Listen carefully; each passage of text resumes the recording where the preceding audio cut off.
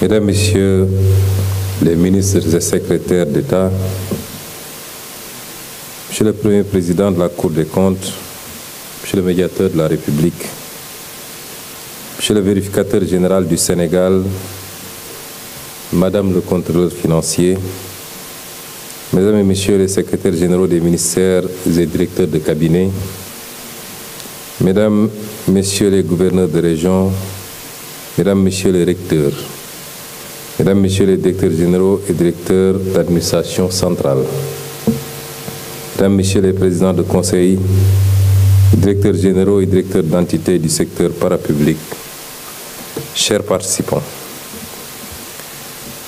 c'est avec une grande fierté et un profond enthousiasme que je préside aujourd'hui, au nom du Président de la République, la cérémonie de clôture des travaux de cette conférence de haut niveau consacrée aux administrateurs et managers publics.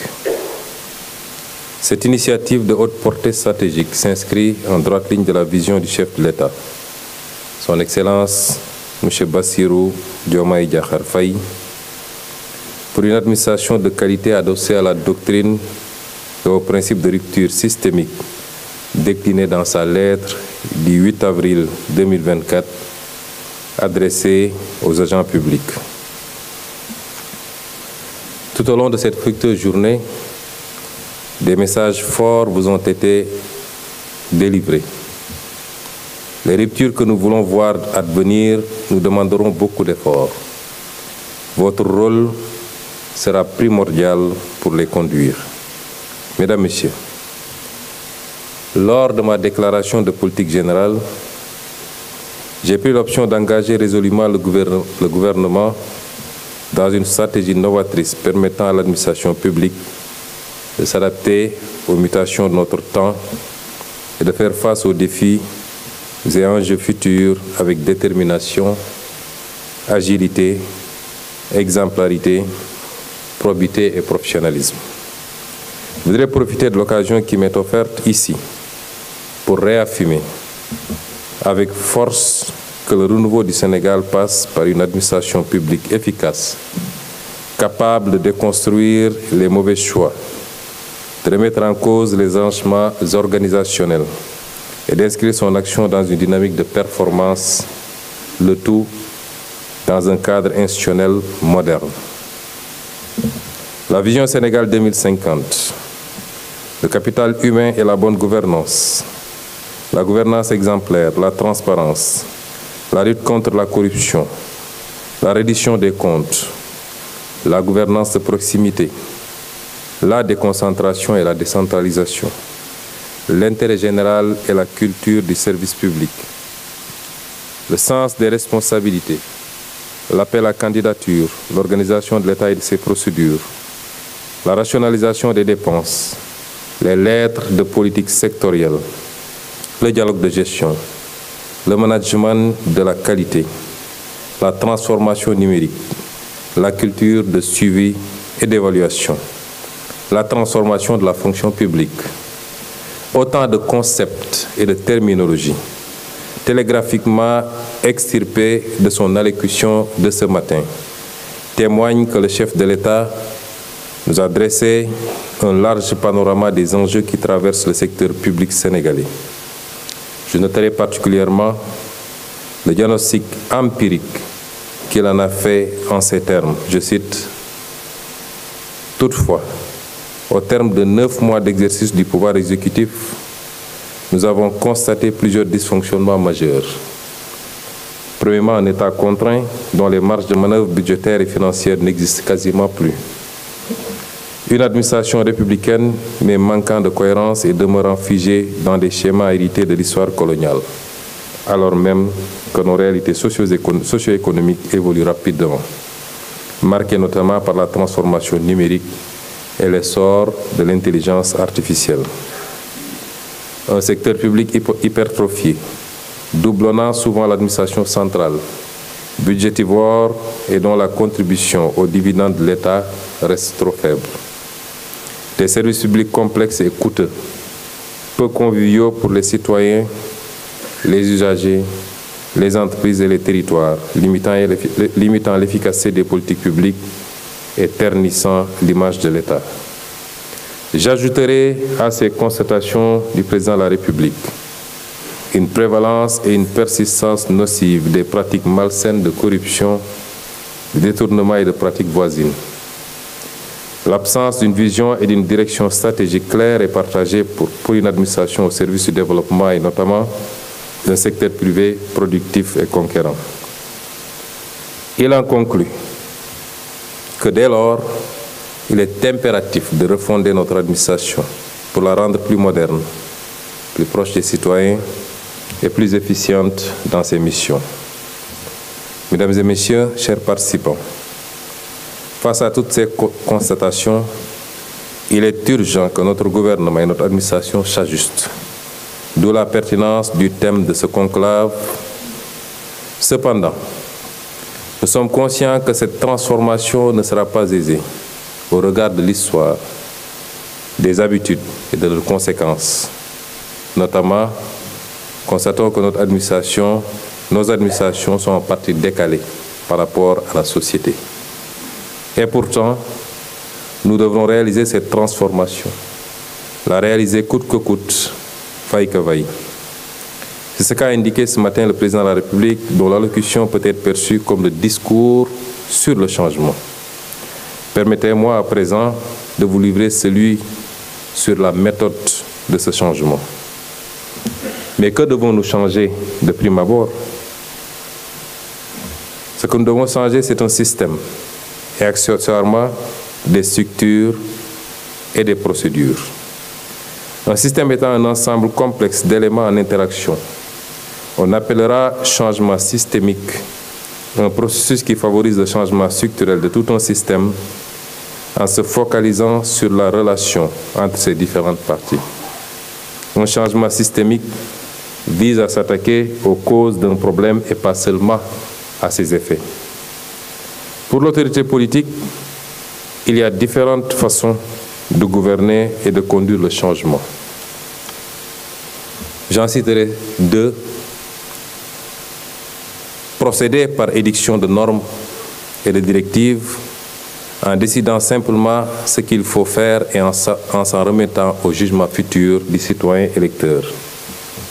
Ou alors, travailler de concert avec les différentes composantes de la société, en délibérant et en négociant les orientations à prendre. Se limiter à une manifestation de l'impérium par l'outil législatif et réglementaire sacrifie tout l'avantage d'être simple et direct à la fragilité des acquis qu'il engendre, souvent immédiatement remise en cause par manque d'inclusion. Mais ça permet en revanche de construire sur des assises plus robustes et plus durables, en ce que le changement qui en découlera ne sera plus simplement imposé, mais inclusif. Il est débattu et négocié. Aucune de ces méthodes ne suffira à elle seule à conduire et réussir le changement systémique prescrit par son Excellence, le Président de la République. C'est pourquoi notre méthode consistera en une combinaison des deux formules. Nous réunirons par exemple, dans les jours à venir, tous les grands acteurs sociaux afin de trouver une façon acceptable de conduire la chose politique par une administration performante et stable dans l'exécution de ses missions, dans un contexte rendu difficile, malgré les efforts colossaux de mon gouvernement durant ces 9 derniers mois, par la situation tourmentée des finances publiques. Ensemble, nous devrions nous entendre sur les mesures de correction et celles sociales à adopter et à appliquer, notamment pour accompagner le gouvernement à rétablir le déficit à son niveau autorisé. Ce sera également le cas pour les effectifs humains de l'administration et leur impact budgétaire, rapporté à l'efficience, l'efficacité et la productivité attendues.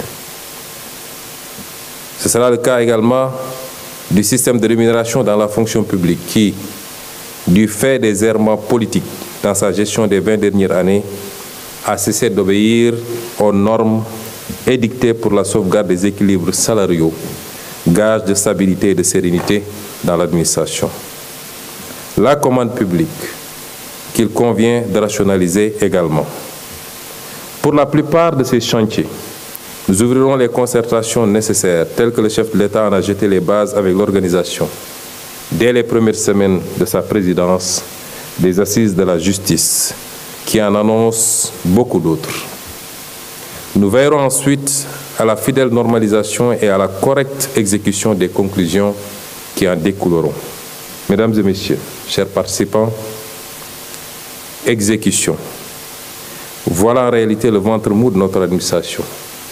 La mauvaise conscience des décideurs politiques, car beaucoup de choses ont été conçues sur la base des mêmes diagnostics et constatations que nous faisons aujourd'hui, pour ensuite être rangées dans des tiroirs de sorte que les colossaux efforts humains et financiers consentis deviennent vains.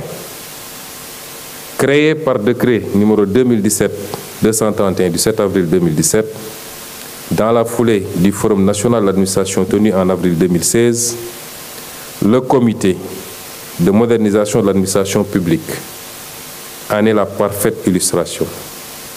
Cet organe de gouvernance du programme d'appui à la modernisation de l'administration, le PAMA, placé sous l'autorité du Premier ministre, n'a jamais été fonctionnel. Cet état de fait a plongé dans une léthargie profonde tout ce programme, dont l'objectif général était pourtant de contribuer à l'action de modernisation de l'administration du Sénégal, afin de lui faire jouer, afin de lui faire tenir son rôle moteur dans le processus de développement du pays et en s'appuyant sur une stratégie d'intervention consistant en une optimisation du cadre organisationnel de l'administration, une amélioration de la qualité des services offerts aux usagers et une professionnalisation de la gestion des ressources humaines de l'État.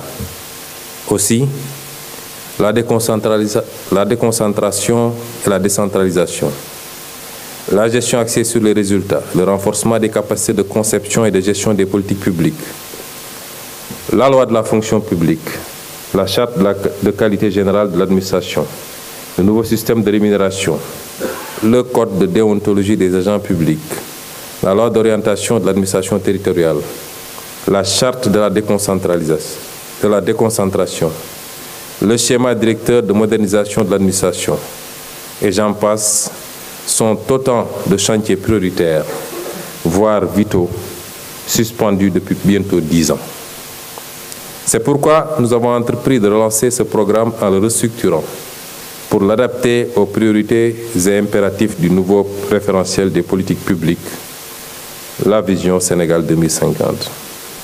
Ainsi, le réajustement du cadre juridique et institutionnel de pilotage et de gestion du programme est en cours de révision pour une meilleure prise en charge des nouveaux défis, notamment celui de renforcer les ressources à la hauteur des ambitions déclinées et permettre d'apporter des réponses aux usagers du service public par la dématérialisation, par la généralisation de l'application de la stratégie nationale d'accueil, d'information et d'orientation, par la modernisation de la gestion des ressources humaines au sein de l'administration publique, par la modernisation des procédures et du système d'information des régies financières, par le renforcement de la politique nationale de conservation et de gestion des archives et de la documentation administrative, par l'application de la charte de la déconcentration, par l'accompagnement des politiques de territorialisation des projets, par le renforcement des mécanismes de facilitation de l'accès des usagers aux services, par l'institutionnalisation du Grand Prix du chef de l'État de la meilleure administration publique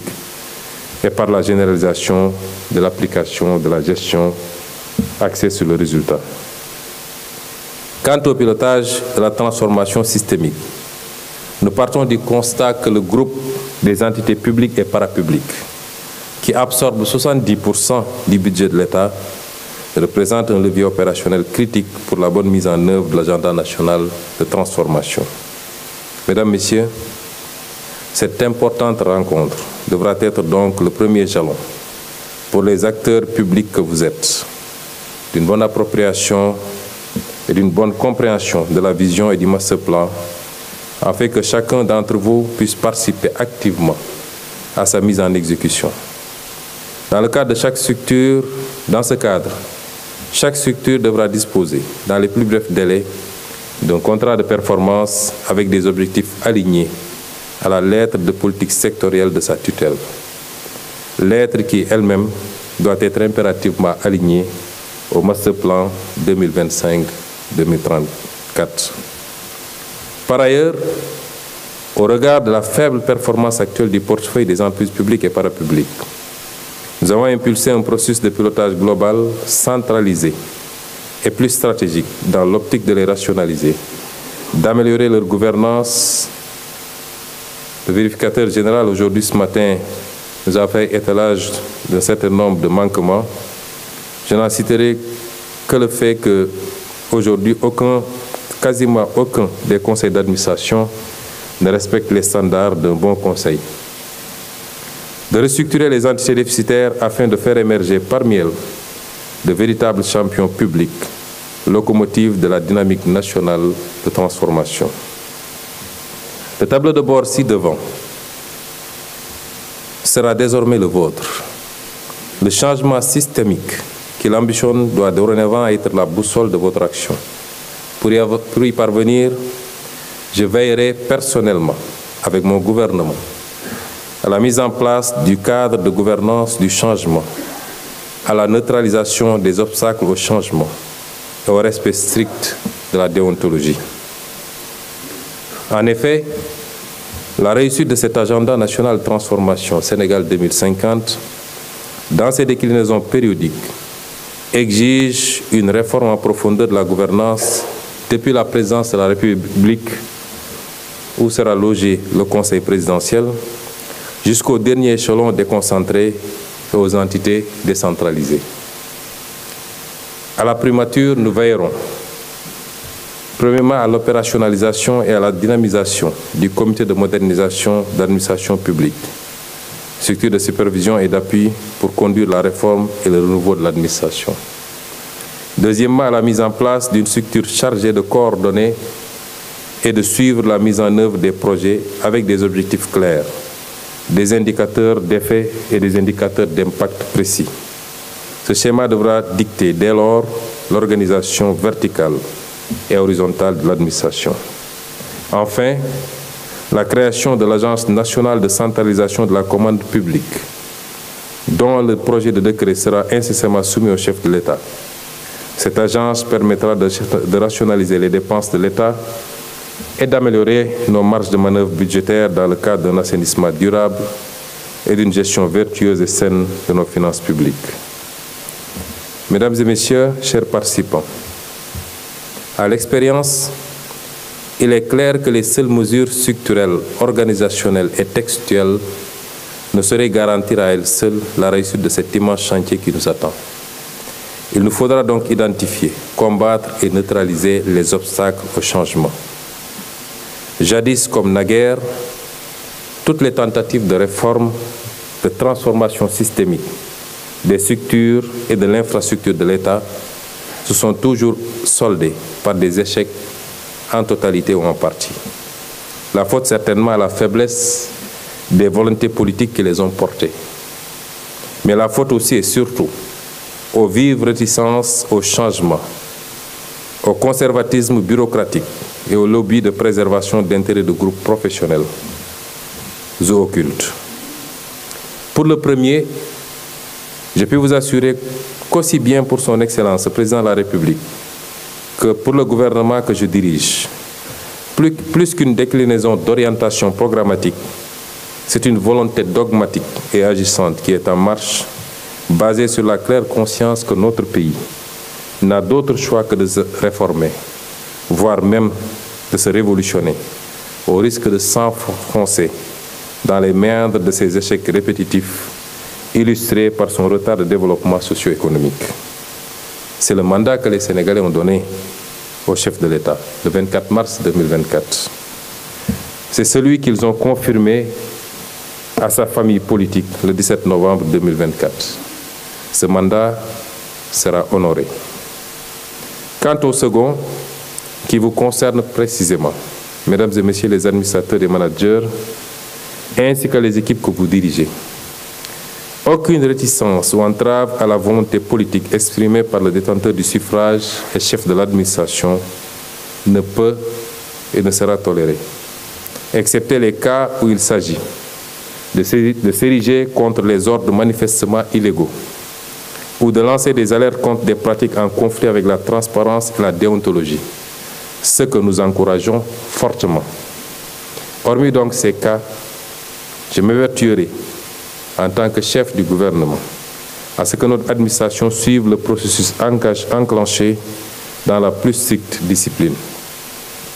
Le contraire conforterait l'idée, souvent émise, de la présence à côté et certainement en dessous de l'état apparent d'un état profond, souterrain, d'une hiérarchie parallèle, informelle, qui détiendrait secrètement le pouvoir décisionnel, survivant aux alternances politiques, se maintenant de façon cohérente et regroupant des représentants d'intérêts d'un establishment.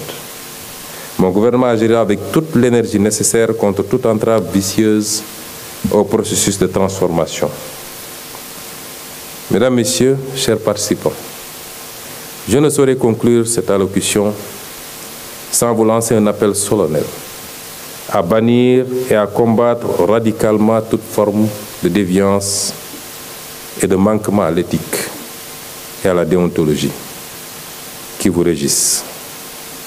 Notre administration est souvent, hélas, sous le feu de la rampe, traversée par des vagues impudiques de dossiers se rapportant à des faits de corruption, de surfacturation de marché, de trafic d'influence, de détournement de deniers publics, de prévarication foncière et immobilière. Est-il utile de rappeler qu'à l'indice de corruption, notre pays est classé au 123e rang sur 190 pays. Au-delà de l'aspect pédagogique et préventif, auquel nous consacrerons toute la formation nécessaire, je voudrais vous confirmer que, depuis le 24 mars 2024, avec l'élection du président Bassirou Diomaye Faye, nous sommes entrés désormais dans l'ère de la tolérance zéro, aussi bien pour la détection que pour la sanction de ces pratiques occultes, conformément à nos engagements en matière de reddition des comptes devant le peuple. Mesdames et Messieurs, voilà donc au seuil d'une nouvelle page qui s'ouvre pour notre pays, pour notre administration, notre secteur public et parapublic. Écrivons-la ensemble de la plus belle des manières, selon la vision, les orientations et la volonté du président de la République, chef de l'État. Car en effet, depuis des décennies, notre capacité de se rencontrer, de débattre et de négocier s'est nettement détériorée, entraînant avec elle une crispation et un manque de confiance des acteurs. Un immobilisme que la plupart ont fini par légitimer comme la moins pire des solutions. Fort heureusement, une nouvelle génération vient vous rappeler l'importance d'agir ensemble pour hisser l'État à la hauteur du peuple qu'il sert. Car la démocratie, c'est plus qu'un vote tous les 5 ans. C'est surtout notre capacité à réussir des mutations qualitatives pour les vivants et pour les générations futures. Sur ce, je déclare close la première édition de la conférence des administrations et managers publics et vous remercie de votre aimable attention.